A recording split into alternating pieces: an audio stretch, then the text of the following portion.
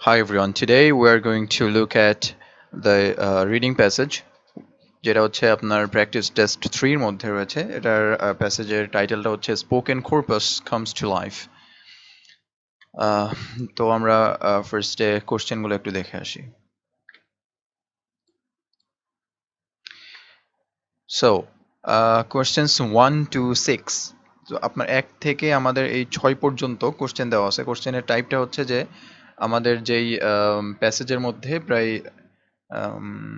7টা হচ্ছে প্যারাগ্রাফ দেওয়া। ওকে, এই 7টা প্যারাগ্রাফের নামকরণ করে দেওয়া আছে, যেমন A B C D E F G, এই 7টা নামকরণ করা করা এবং এই প্যারাগ্রাফকে, যে ওই প্যারাগ্রাফটা আসলে কি সম্পর্কে বলা হচ্ছে ওই প্যারাগ্রাফে, সো আমরা একটা করে হেডিং দিব ওই প্যারাগ্রাফে। So let's get started. Number 1, paragraph A. So paragraph A তে বলা হচ্ছে এই লাইনটাকে মধ্যে বলা হচ্ছে যে the compiling of dictionaries has been historically the provenance of studious professorial types. The ডিকশনারির সংকলনটা হয়েছে মূলত যে প্রোভেনেন্স মানে হচ্ছে উৎপত্তি। সো উৎপত্তিটা হয়েছিল যে of studious professorial types, usually বেস্পেকটেকলড, যারা খুব অধ্যয়নশীল, অর্থাৎ স্টুডিয়াস অধ্যয়নশীল। প্রফেসরিয়াল টাইপস মানে হচ্ছে আপনার যারা যাদেরকে দেখতে অনেকটা অধ্যাপক অধ্যাপক ভাব এরকম। এখানে আর একটা সুন্দর কথা বলা হচ্ছে যে ইউজুয়ালি বেস্পেকটেকলড। এখানে বেস্পেকটেকলড মানে হচ্ছে আপনার যারা সাধারণত চশমা পরে। আচ্ছা, হু লাভ টু পোর ওভার ওয়েডি টোমস। ওয়েডি টোমস মানে হচ্ছে অনেক মোটা এবং অনেক ওজন কোনো খণ্ড, অর্থাৎ বইয়ের কোনো খণ্ড। সো যারা এই অনেক মোটা মোটা খণ্ড পড়তে ভালোবাসে, and make pronouncements on their final nuances of meanings. যাই হোক, সো এরপর আরো বলা হচ্ছে they were probably good at crosswords and definitely knew a lot of words. তারা সাধারণত ক্রস ওয়ার্ডে খুব ভালো দক্ষ এবং তারা অনেক শব্দ জানে। But the image was always rather dry and dusty, the latest technology. আচ্ছা, ওকে, তো আমাদের এই পর্যন্ত যে কথাগুলো বলা হলো সেটা হচ্ছে যে ডিফল্ট কিছু ডিকশনারির সংকলন এবং ডিকশনারি কারা হচ্ছে আপনার কম্পাইল করে তাদের সম্পর্কে বলা হয়েছে। এরপর বলা হচ্ছে যে the latest technology and simple technologies at that is revolutionising the content of dictionaries and the way they are put together. তো আমরা যদি একটু প্রশ্নে যাই, ওকে, দেখি আমরা লিস্টের মধ্যে কি কি দেওয়া আছে। যে গ্রামার ইজ কারেক্টেড, না এরকম কোনো কিছু ওখানে নাই। নিউ মেথড অফ রিসার্চ, সেটাও নাই। টেকনোলজি লার্নস ফ্রম ডিকশনারিজ, এই টাইপের কোনো কথাও কিন্তু আমাদের 1 নম্বরে নাই। Non verbal content, the first study of spoken language, traditional lexicographic, yes, traditional lexicographical methods. Traditional lexicographical method, অর্থাৎ যে আমাদের 1 এর জন্য উত্তরটা হবে হচ্ছে, প্যারাগ্রাফ এ এর জন্য উত্তরটা হবে 6, অর্থাৎ ট্র্যাডিশনাল লেক্সিকোগ্রাফিক্যাল মেথডস। তারপরে paragraph B. So paragraph B here, for the first time dictionary publishers are incorporating real and spoken English into their data. It gives lexicographers access to a more vibrant, up-to-date vernacular language which has never really been studied before. In one project, 150 volunteers each agreed to discreetly tie a Walkman recorder to their waist and leave it running for anything up to 2 weeks. Every conversations they had was recorded. When the data was collected, the length of tapes was 35 times the depth of the Atlantic Ocean. Terms of audio typists transcribed the tapes to produce a computerized database of 10 million words. যাই হোক, অনেক বড় অনেক অনেক কথা এখানে। যে এখানে যে মূল কথাটা বলা হচ্ছে যে সেটা হচ্ছে যে নতুন একটা মেথড কিন্তু এখানে আবিষ্কার করা হয়েছিল অনেক আগে। যে সেটা হচ্ছে যে একটা প্রজেক্টে, যে ইন ওয়ান প্রজেক্ট, যে একটা প্রজেক্টের মধ্যে যে প্রায় 150 জন ভলেন্টিয়ারকে কাজে লাগানো হয়, যে তাদের কোমরে একটা করে ওয়াকম্যান বেঁধে দেওয়া হয় এবং এটা ছেড়ে দেওয়া হয় প্রায় 2 সপ্তাহের জন্য, আপ টু 2 উইকস, এবং এটা সব সময় অর্থাৎ 24 ঘন্টায় এটা রেকর্ড হয়েছে এবং প্রত্যেকটা যেই তারা কথোপকথন করেছে প্রত্যেকটা কথাই রেকর্ড করা হয়েছে। এবং যখন ডাটাগুলো কালেক্ট করা হয়েছে তখন এটার ডেপথ ছিল হচ্ছে প্রায় 35 গুণ বেশি আটলান্টিক ওশান থেকে, অর্থাৎ আটলান্টিক মহাসাগরের যেই গভীরতা তার থেকে প্রায় 35 গুণ বেশি ছিল এই টেপগুলার লেন্থ। তো যাই হোক, তার মানে এটা আমরা কোশ্চেনে আসি, প্যারাগ্রাফ বি। ওকে, এই যে 2 number, new method of research. কারণ হচ্ছে দেখেন যে এই যে নতুন একটা মেথড কিন্তু রিসার্চের জন্য এখানে কাজে লাগানো হয়েছে। সো যেটা হচ্ছে যে কোমরে ওয়াকম্যান বা রেকর্ডার বেঁধে দিয়ে যে প্রত্যেকটা কথা রেকর্ড করার মাধ্যমে। তার মানে আমাদের প্যারাগ্রাফ বি এর জন্য অ্যাপ্রোপ্রিয়েট আনসারটা হচ্ছে নিউ মেথড অফ রিসার্চ। আচ্ছা, সি নাম্বারের জন্য আমাদের দেওয়া আছে, সো আমাদের সির জন্য দেখতে হবে না কোনো কিছু। এরপর আমরা দেখবো হচ্ছে D, paragraph D. Okay, so this kind of research would be impossible without computers, said Delia Summers, a director of dictionaries.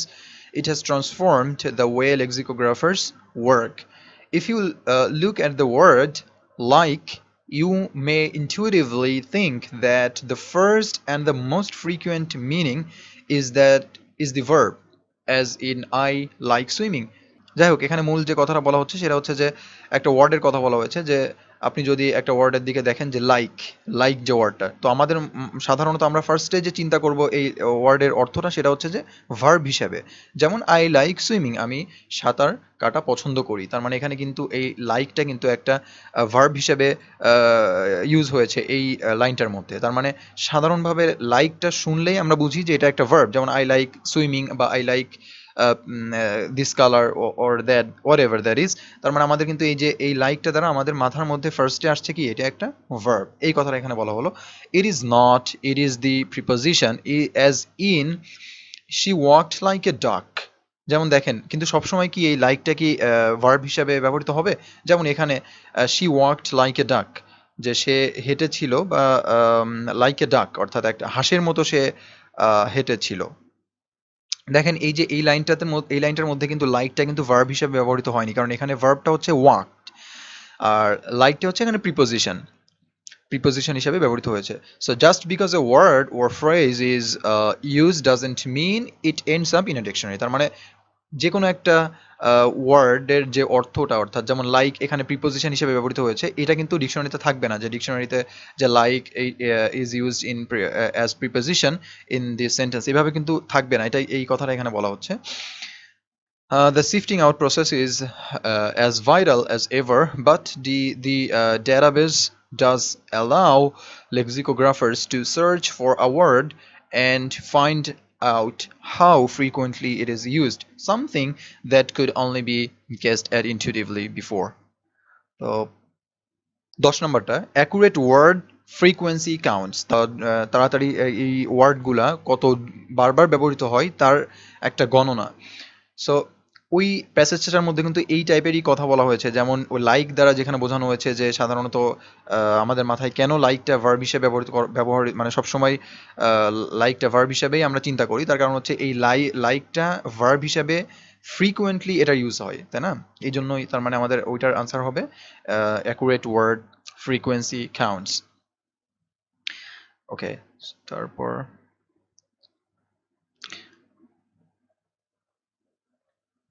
okay, E number.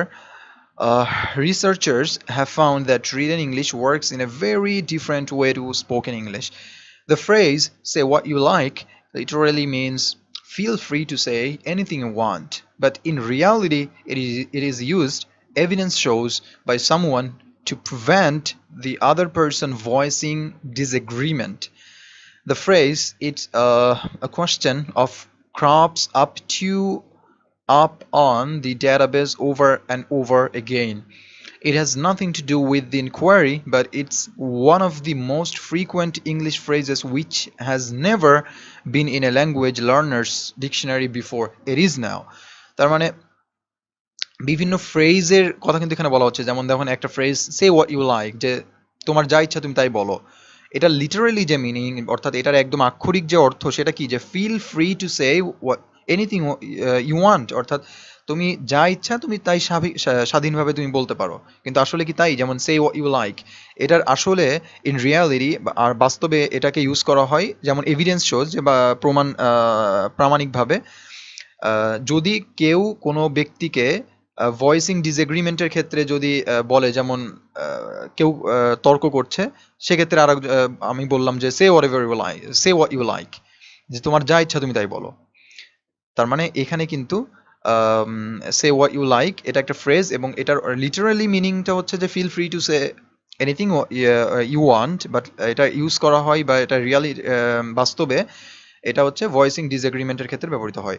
তার মানে কি, যে এটার ফ্রেজ কিন্তু অ্যাড হচ্ছে ডিকশনারিতে।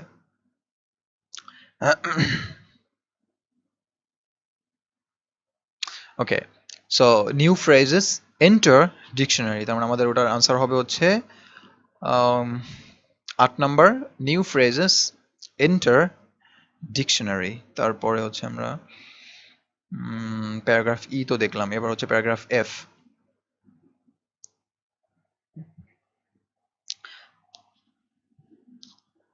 Okay, so the spoken corpus computer shows how inventive and humorous people are when they are using language by twisting familiar phrases for effect.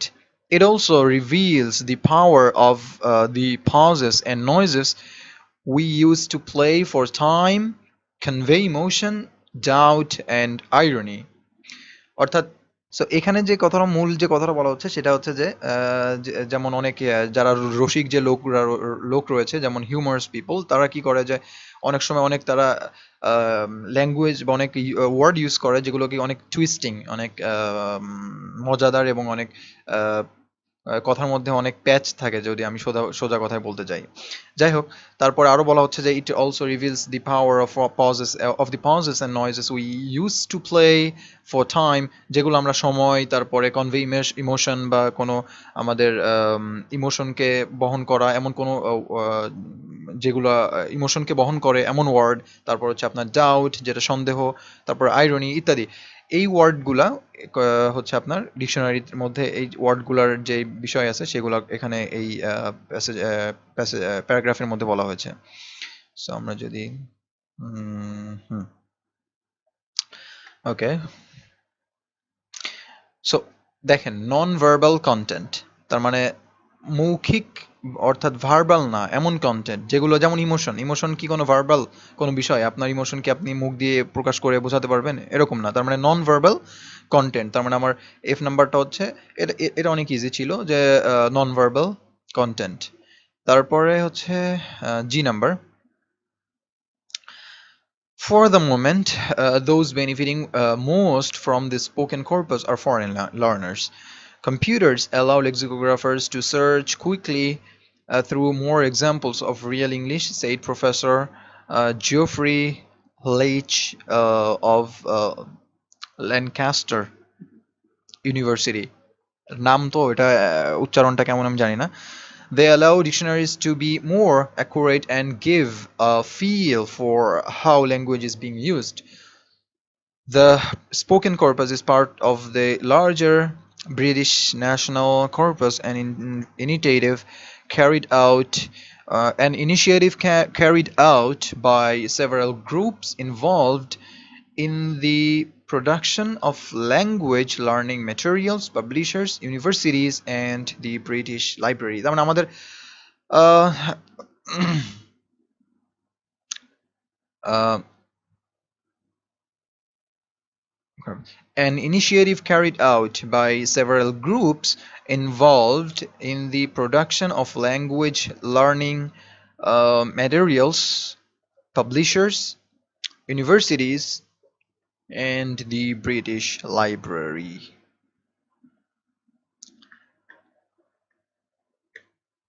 এটার জন্য হচ্ছে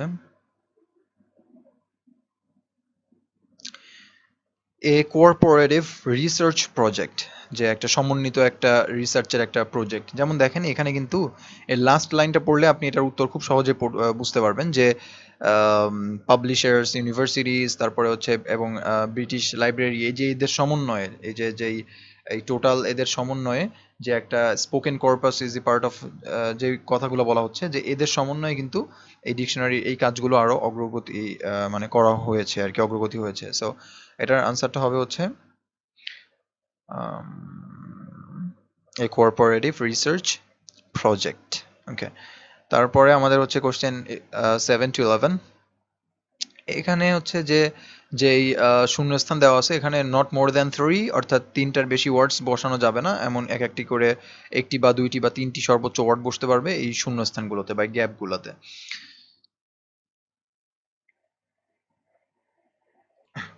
ওকে, 7 বলা হচ্ছে যে data from dash written corpus, তারপর হচ্ছে ল্যাঙ্গুয়েজ অ্যাক্টিভেটর। আচ্ছা, তারপরে ডেটা ফ্রম,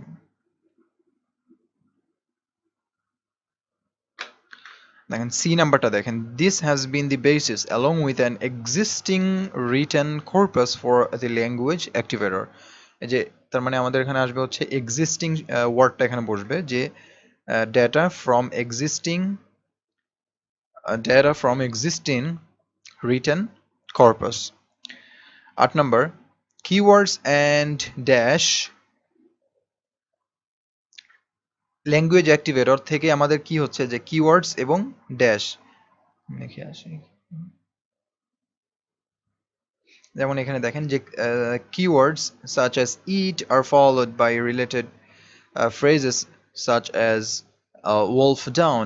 তার মানে keywords এবং ফ্রেজের কথা বলা হয়েছে ওখানে, keywords এবং phrases। আমাদের 8 নম্বরের আনসারটা হবে phrases। 9 number, most frequently used dash of words, language activator থেকে সেটা হচ্ছে যে মোস্ট ফ্রিকুয়েন্টলি ইউজড, সেগুলো হচ্ছে মিনিং অফ ওয়ার্ডস। মিনিং যেমন ভার্বের ক্ষেত্রে আমরা যেই ডি নাম্বার প্যারাগ্রাফে দেখেছিলাম যে কোন ভার্বের কোন অর্থটা সব থেকে বেশি ইউজ হচ্ছে, মোস্ট ফ্রিকুয়েন্টলি ইউজ হচ্ছে, তার মানে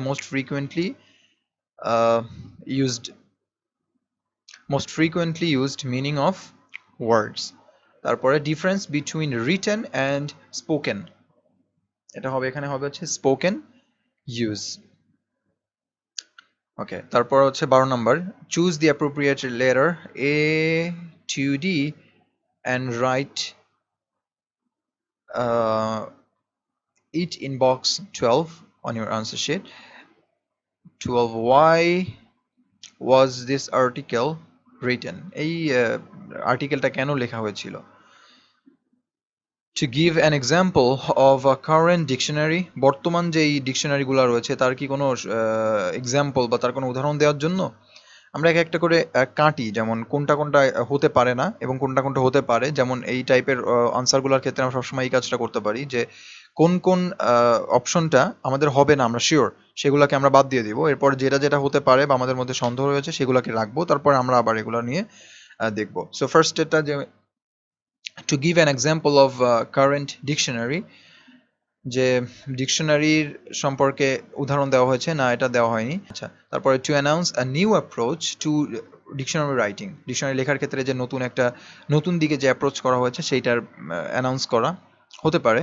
তারপরে হচ্ছে to show how dictionaries have progressed over the years হতে পারে। আর একটা হচ্ছে to compare the content of different dictionaries, না এরকম কোনো কিছু, ডিকশনারির কন্টেন্টগুলো ডিফারেন্সিয়েশন বা ডিফারেন্ট নিয়ে এগুলো আলোচনা করা হয়নি। তার মানে আমাদের 2 এবং 3 এর মধ্যে আমাদের একটা অপশন চুজ করতে হবে। সো যেমন এখানে 3 নাম্বারটা to show how dictionaries have progressed over the years, কিন্তু এটা হতে পারবে না এই কারণে যে আমাদের কিন্তু কোন সালে ডিকশনারির কি উন্নতি সাধন হয়েছে, ডিকশনারি কোন সালে কিভাবে আরো এগুলোর মধ্যে আরো প্রোগ্রেশন হয়েছে সেগুলো কিন্তু আমাদের লেখা নাই এই প্যাসেজটার মধ্যে, তার মানে এটা হতে পারবে না। তার মানে আমাদের আনসারটা হচ্ছে বি, অর্থাৎ এইটা যে to announce a new approach to dictionary writing. So এটা ছিল মোট টোটাল 11টা question. So thank you and ইনশাল্লাহ আমরা নেক্সটে দেখবো reading passage 2, Moles happy as homes go underground.